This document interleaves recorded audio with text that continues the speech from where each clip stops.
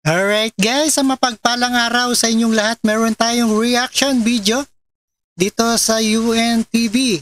Surveillance system para mapigilan ang pagpasok ng Nipah virus sa Pilipinas mula India. Naghahanda na ang DOH at tiniyak ng Department of Health na nakahanda na ang surveillance system para mapigilan ang posibleng pagpasok na sa Pilipinas ng Nipah virus.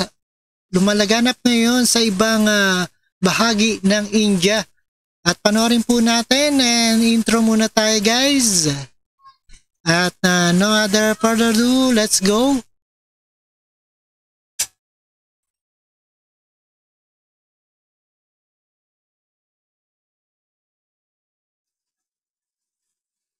Alright, let's watch this. Gladys, paano ang ginagawang surveillance system ngayon ng DOH laban dito sa Nipah virus?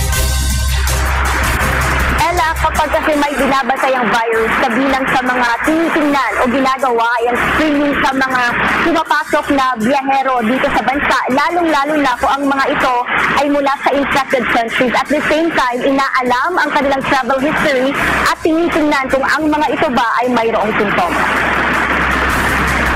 Nilinaw ng Department of Health na walang naitatalang bagong kaso ng Nipah virus sa bansa bukod sa nag-iisang kaso na naitala noong 2014 na na-detect sa Sultan Kudarat. Base sa isinagawang investigasyon, nakuha ang mga sintomas matapos ang exposure nito sa kabayo at ng karne o laman nito. Noong April 2014 naman, mayroong 17 suspect cases na nakaranas ng lagnat, pananakit ng ulo, ubo at sirap sa paghinga. 8 rito ang gumaling habang 9 naman ang namatay. Ayon sa DOH, nag-establish na ito ng surveillance system upang ma-detect ang posibleng presensya ng Nipah virus sa bansa. Pinaiigting na rin ang kagawaran ang kanilang public health interventions para maiwasan ang iba't ibang sakit sa pamamagitan ng health promotion and communication. Ganun din Ella ang kanilang infection prevention control measures upang maiwasan ang posibilidad ng hawaan gaya nga ng binabantayang Nipah virus. Yan muna ang ating update. Balik sa Region Ella. Gladys, kung sakasakali na makarating itong Nipah virus dito sa ating bansa, anong test ang gagawin ngayon? Para ba itong katulad din sa COVID na kailangan dumaan ka sa antigen o RT-PCR test?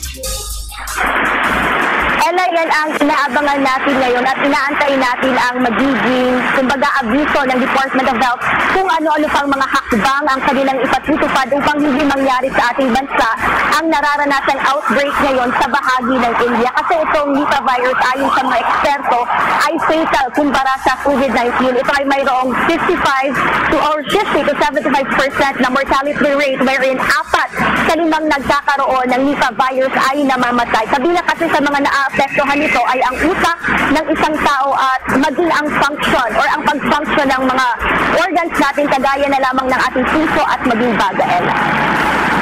Okay, ito ay nakuha sa animal to human. Pwede rin ba itong maging human to human? Ayon sa mga eksperto, Ella, ang nangyari sa India ay tinitingnan nila na maaaring ito ay mula sa human to human transmission din, Ella. Salamat, Gladys. Alright, napakinggan natin ang latest update para mapigilan ang pagpasok ng Nipah virus sa Pilipinas. Naghahanda na ang DOH, sana walang pagpumunta yan dito. At maraming salamat and keep safe and healthy and peace out.